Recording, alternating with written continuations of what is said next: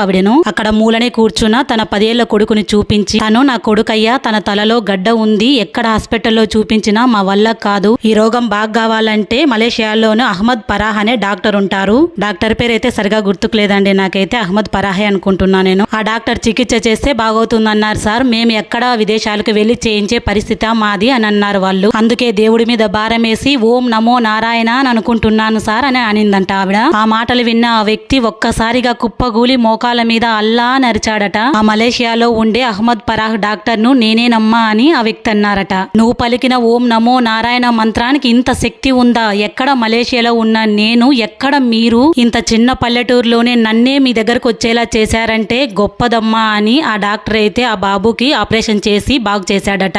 ఇది స్టోరీ కాదండి, గుజరాత్ లో జరిగిన నిజమైన సంఘటనట. ఒక్కసారిగా ఇది విన్న తర్వాత నేను ఉలిక్కిపడి లేచి ఓం నమో నారాయణ, ఓం నమ శివాయ అనుకున్నా.